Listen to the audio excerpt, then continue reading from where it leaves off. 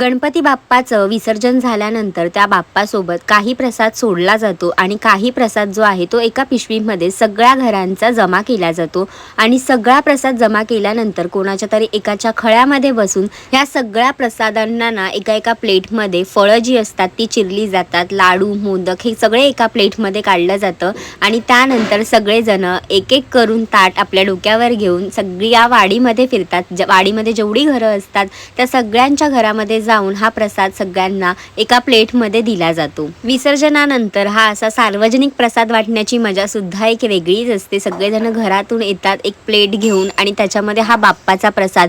दही भाताची चव तर टॉप क्लास असते आणि बाकी सगळा प्रसाद सुद्धा तितकाच सुंदर असतो. तुमच्याकडे सुद्धा असाच प्रसाद वाटला जातो का ते मला कमेंटमध्ये सांगा.